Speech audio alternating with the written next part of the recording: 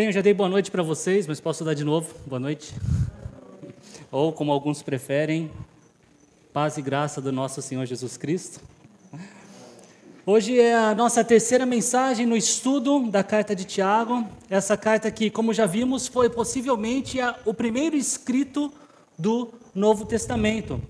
No nosso primeiro encontro, nós vimos que Tiago, ao invés de se apresentar como o irmão de Jesus Cristo e talvez ganhar alguns pontos com os seus leitores, ele se chama de servo. E isso deveria ter provocado em nós uma reflexão sobre o que pensamos a nosso respeito, a nossa posição no reino de Deus e o significado disso.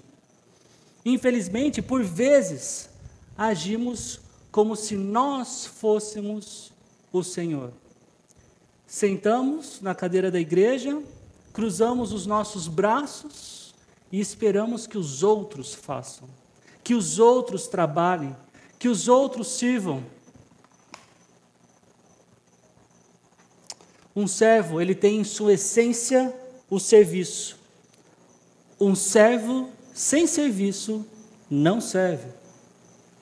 E o trecho de hoje, ele também nos convida a ter uma reflexão sobre o que pensamos a nosso respeito, sobre a mentalidade que temos a respeito de nós mesmos.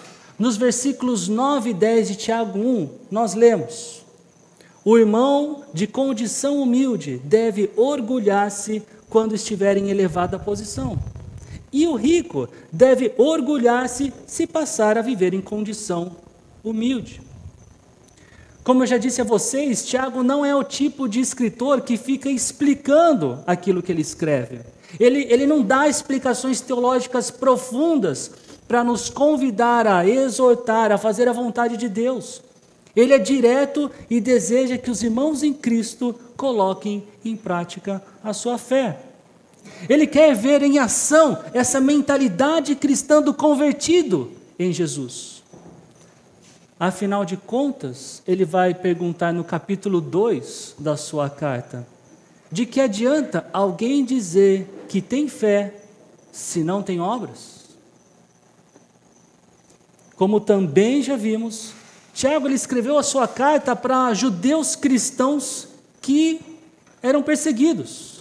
E no contexto, ainda que essa perseguição ela não estivesse no seu auge, porque ela não era institucionalizada ainda, eles ainda assim, na perseguição que tinham, corriam risco de morte. E eu disse isso para vocês, para agora compararem com algumas possíveis perseguições que sofremos hoje, que talvez vocês sofram hoje. Talvez os jovens que aqui namoram sofrem a impressão dos colegas, da faculdade ou do colégio. Por quê? Porque sexo tem um lugar certo, no momento certo e com a pessoa certa, dentro do casamento. Talvez alguns de vocês sofram com sócios, patrões ou empregados nos seus negócios, porque eles têm princípios diferentes dos teus. Mesma coisa para vocês que talvez possuam alguém em casa, algum parente que não seja cristão e vive no mesmo ambiente familiar. Quando eu era mais jovem e jogava basquete com alguns colegas no final de semana, eles levavam uma Bíblia com uma linguagem mais antiga para lá, e eles abriam, depois da gente jogar, está todo mundo cansado, eles abriam em qualquer página e tentavam encontrar algo para zombar da minha fé. Um dia, por exemplo, eles abriram em João 13:25, que diz que o discípulo amado estava reclinado no seio de Jesus, ou seja, na altura do peito de Jesus. E isso era tudo o que eles precisavam para dizer que Jesus tinha mamas e na verdade ele era uma mulher. Como eu disse, o objetivo daquilo era zombar da minha fé, e com frequência eu era zombado. Esse tipo de sofrimento em que há perseguição pelo fato de ser cristão não devia ser encarado pelos leitores da carta de Tiago daquela época com tristeza. E semelhantemente, nós não devemos encarar esse tipo de sofrimento com tristeza. Pelo contrário, Tiago, ele nos ensina que uma mentalidade cristã encara isso com alegria. Uma alegria que se baseia no fato disso poder ser usado por Deus para o nosso amadurecimento. E se ainda tivermos dificuldade de entender ou viver isso, Tiago, ele nos ensina a buscar por sabedoria. Devemos pedir a Deus por sabedoria. E tudo isso nós já estudamos até aqui, vendo essa carta. Então, perceba que Tiago parece estar apresentando como um cristão ele deve agir, como ele deve se portar. Como um cristão deve agir enquanto ele é participante do reino do Senhor Jesus. Enquanto participante. Se você já creu em Cristo, então você faz parte desse reino.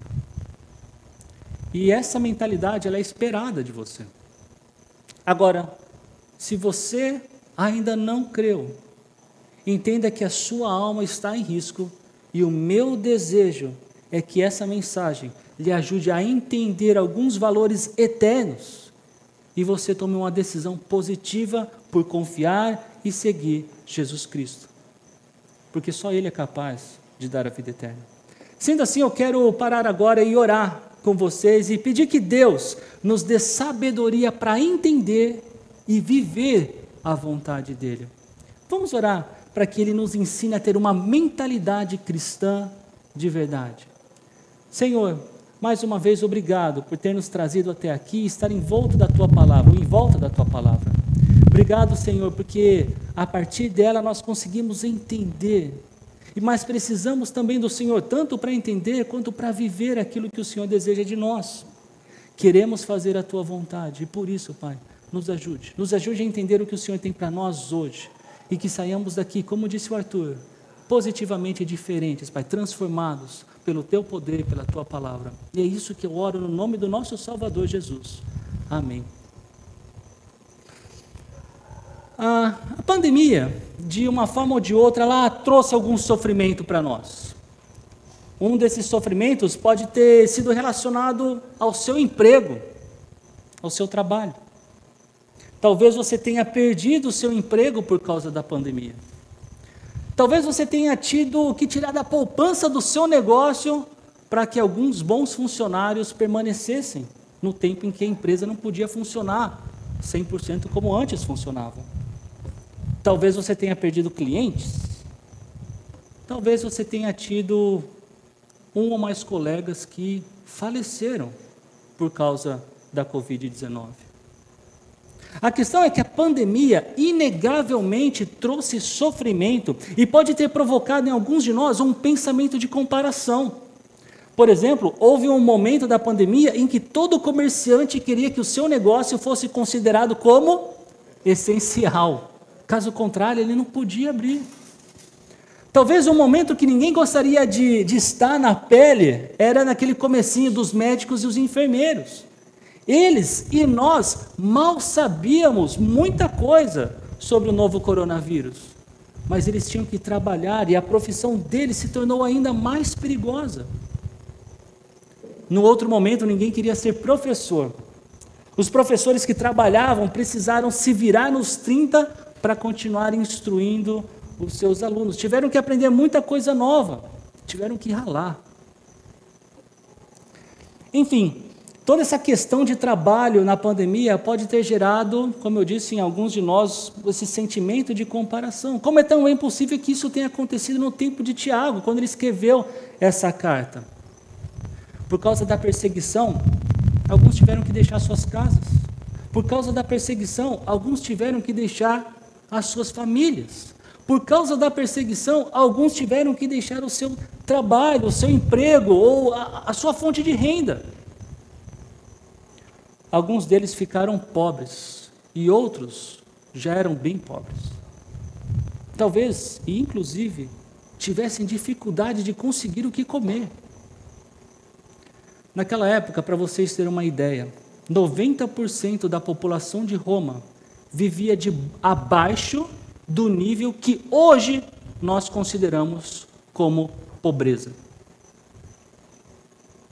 E nessa condição, a tentação da inveja por aqueles que têm menos recursos se torna ainda maior. Por outro lado, a tentação do rico é nutrir um sentimento de orgulho pecaminoso. Em nossa mentalidade cristã, precisamos entender o que é mais valioso. E o que é mais valioso para Deus. E no trecho de hoje, Tiago fala para nós sobre o orgulho do pobre e o orgulho do rico.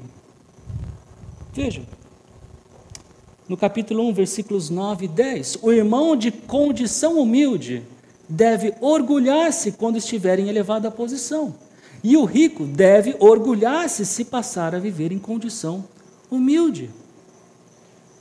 E a primeira tarefa que eu tenho aqui com vocês hoje é explicar um pouquinho a respeito de algumas dessas palavras. Eu havia usado a palavra pobre, porque é exatamente isso que significa nesse texto a expressão de condição humilde do versículo 9. Aqui, humilde não é no sentido contrário a orgulhoso, mas sim humilde no sentido de ser pobre.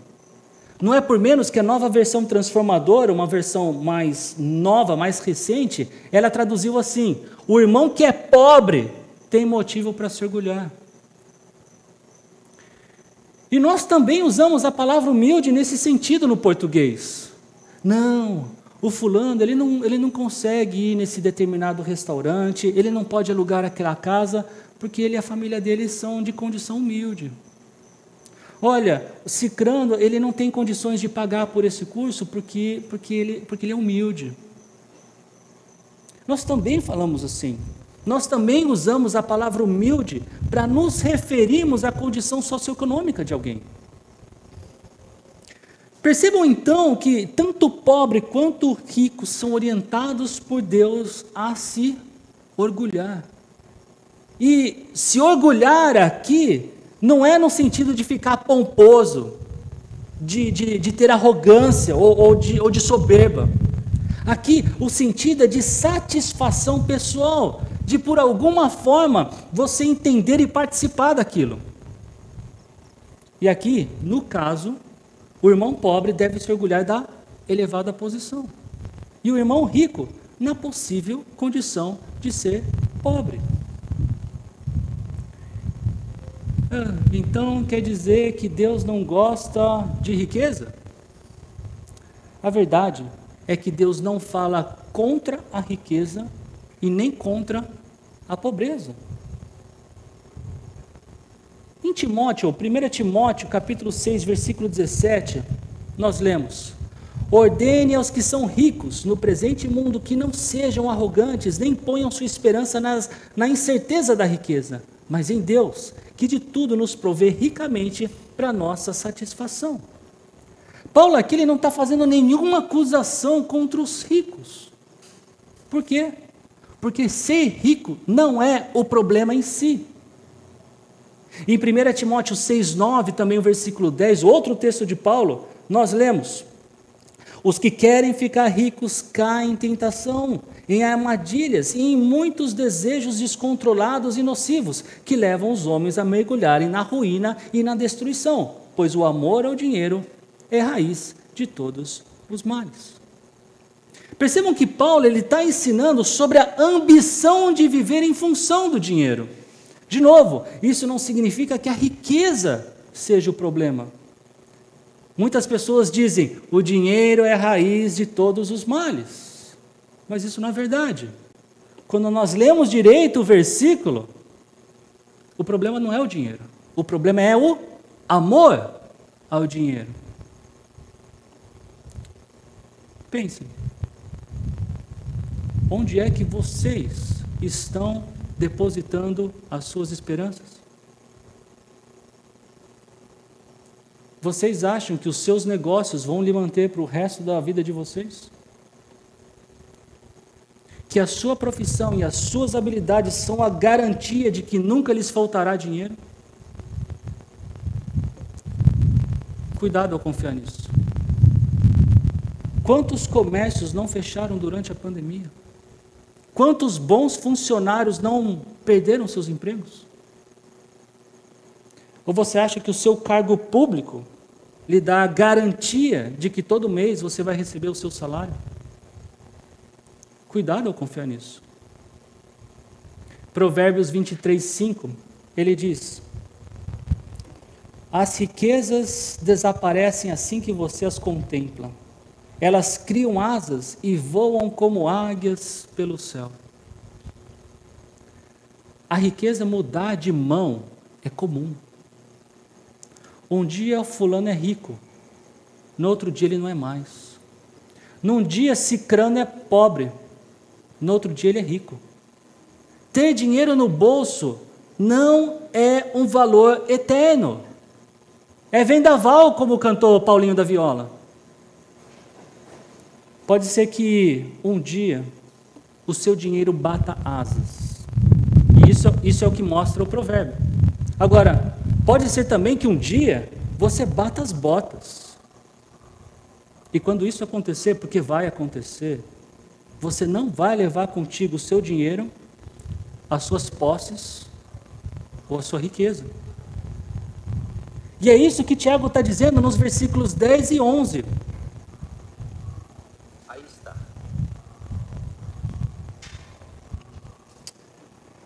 Um dia o rico passará como a flor do campo. E uma atenção aqui. Diferentemente do texto de Provérbios, Tiago, ele está dizendo que é o rico que passará, não a riqueza. O texto no versículo 11 continua: pois o sol se levanta, traz o calor e seca a planta, cai então a sua flor e é destruída a beleza da sua aparência. Da mesma forma, o rico murchará em meio a seus afazeres. Aquilo que você tem, seja uma conta bancária gorda, ou a sua boa forma física, uma boa aparência, isso vai passar. O que não tem valor para Deus vai passar. E o que não tem valor para Deus também deve ser visto por nós como menos ou nada importante. Vocês sabiam, e isso já é provado, que professores acabam sendo mais generosos com os alunos mais bonitos?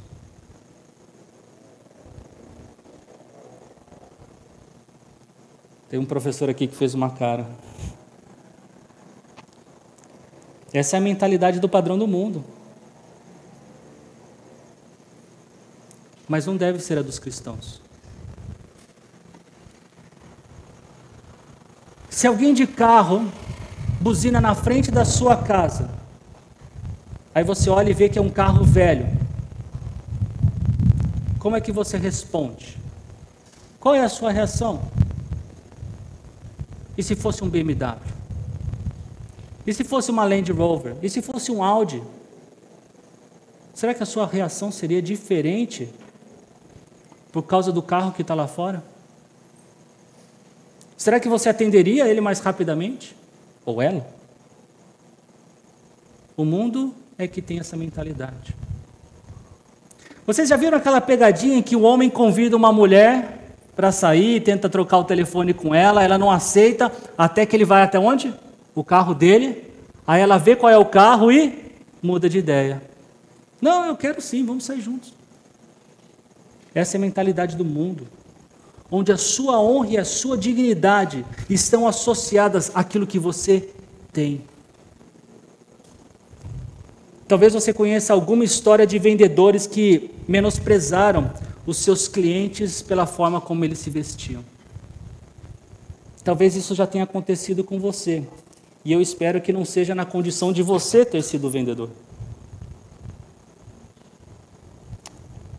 Porque aqueles que não têm uma mentalidade cristã verdadeira ou madura é que agem assim. A mentalidade cristã, ela reflete os valores de Deus, ou os valores que Deus dá às coisas. A nossa possível riqueza ou beleza não é algo no qual devemos nos orgulhar. O rico, diz Tiago, deve orgulhar-se se passar a viver em condição humilde. E a palavra humilde aqui é a mesma do versículo 9, e tem o mesmo significado. Não é na riqueza que o rico deve se orgulhar, mas na sua fragilidade. Uma fragilidade dependente de Deus. No Salmo 49, os versículos 16 e 17, nós lemos: não se aborreça quando alguém se enriquece e aumenta o luxo de sua casa, pois nada levará consigo quando morrer, não descerá com ele o seu esplendor. Em 1 Timóteo 6,7, nós lemos: pois nada trouxemos para este mundo e dele nada podemos levar. Quando partimos dessa vida para a próxima, veremos com clareza que aquilo que era considerado de valor aqui, lá não tem valor. Não são suas roupas de grife, não é o tamanho da sua TV, não é a beleza ou o tamanho da sua casa, não é se seu carro tem um câmbio GVT que te colocarão mais próximos de Deus. Tudo isso vai ficar por aqui. Orgulhe-se sim da sua fragilidade, da sua insignificância. Porque o dia que você abrir seus olhos, no próximo momento da sua vida, nenhum bem material que você juntou vai ser considerado em seu benefício. Então o que é que tem valor? Mais uma vez no versículo 9. O irmão de condição humilde deve orgulhar-se quando estiver em elevada posição. Mas o que Tiago quis dizer com isso? Que posição elevada é essa? Perceba que antes disso, Tiago está falando dos pobres, que são irmãos em Cristo. São pessoas que por causa da graça de Deus, por meio da fé em Jesus, ganharam uma nova posição em Cristo. Eles são salvos e ganharam uma nova identidade. Eles fazem parte do reino de Deus como novas criaturas. E essa posição elevada, ela não advém de alguém ser financeiramente pobre. Essa condição, ela vem pela graça de Deus, que imerecidamente ofertou Cristo como substituto à nossa morte. E porque os nossos pecados foram pagos por Cristo, nós podemos nos orgulhar da posição em que ganhamos. Nós somos cidadãos celestiais. E foi Jesus quem nos deu essa posição. Foi Ele quem nos deu essa cidadania. E pode ter certeza, não há posição mais elevada do que essa. Você pode ser gerente na sua empresa, você pode ser o presidente da sua empresa, você pode ser o presidente do Brasil. Nada disso é superior à posição que Cristo nos deu. E que paradoxalmente foi de servos no reino de Jesus. Não é presidente no reino de Jesus. Ou seja, você até pode ser chamado de alteza, eminência, excelência, magnificência, vários pronomes aí de tratamento. Você pode ser chamado assim nesse mundo, mas nenhum desses títulos lhe torna superior à imerecida e privilegiada posição de servo que ganhamos em Cristo. É por causa dele, de Cristo, que podemos olhar para o nosso futuro, diferentemente do futuro que tem a planta que seca e a flor que perde a sua beleza. O que Deus valoriza será valorizado para sempre, e nisso podemos e devemos nos orgulhar. Nós temos um Deus enorme, que já começou a nos transformar e a nos santificar. Aleluia.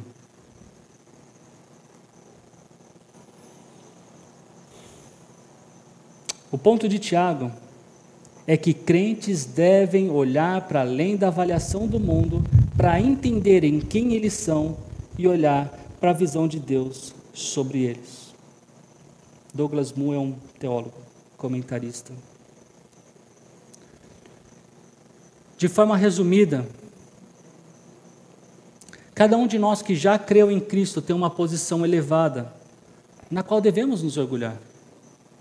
Não porque foi a nossa riqueza, a nossa beleza, ou qualquer outra coisa que tenha nos colocado nessa posição, mas porque Deus nos amou de tal maneira que deu o seu único Filho. E Ele disse, Ele prometeu, todo aquele que nele crer, em Jesus crer, tem a vida eterna. O que eu mereço não é o céu, é o inferno. O que cada um de vocês aqui merece não é o céu, é o inferno. No entanto, Deus ele interveio na história, como Ele mesmo havia prometido desde o princípio, que faria isso. A fé nessa intervenção planejada é tudo o que precisamos para mudar o nosso destino.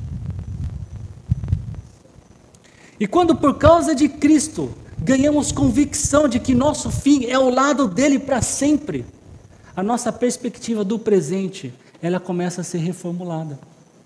E isso inclui o que pensamos sobre o nosso status socioeconômico. Se você é rico, nunca orgulhe-se disso. Nunca orgulhe-se da sua riqueza. E se você tem dúvida se você é rico, saibam que 90% dos brasileiros vivem com um salário ou até um salário mínimo. Isso vai te ajudar a entender o seu lugar, o seu status nessa escala socioeconômica. E se você ainda tiver dúvida, eu posso levá-lo aqui fora e mostrar para vocês vários dos carros que nós aqui nessa comunidade temos.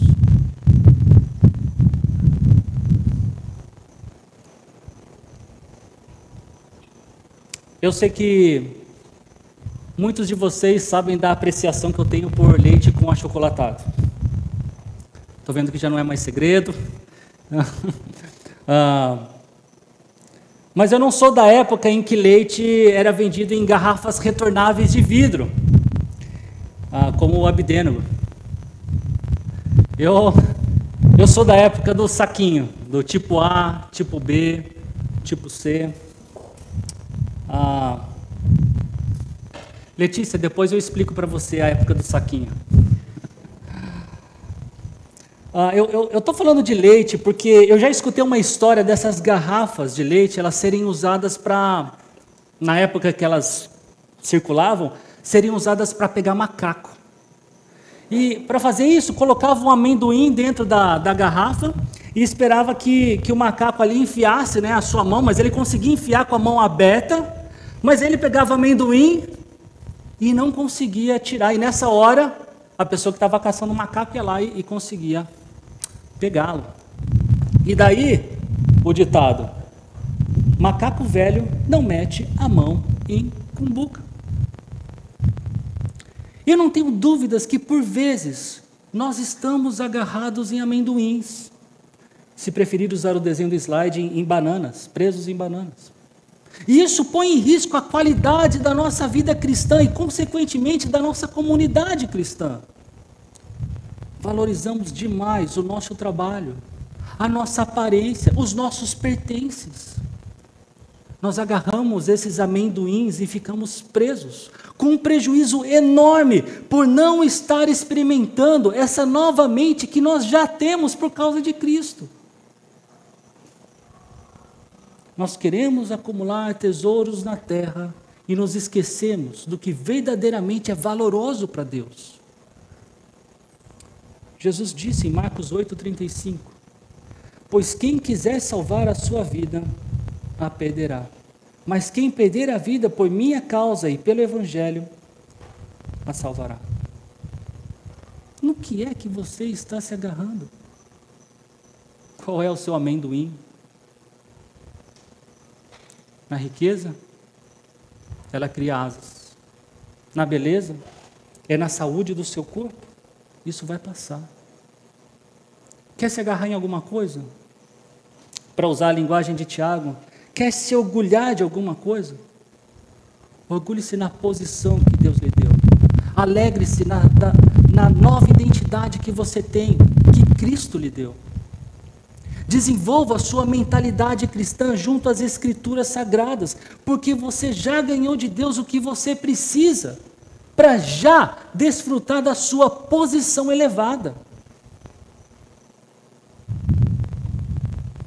Eu vou aproveitar o conteúdo desse trecho de Tiago para dar algumas sugestões práticas.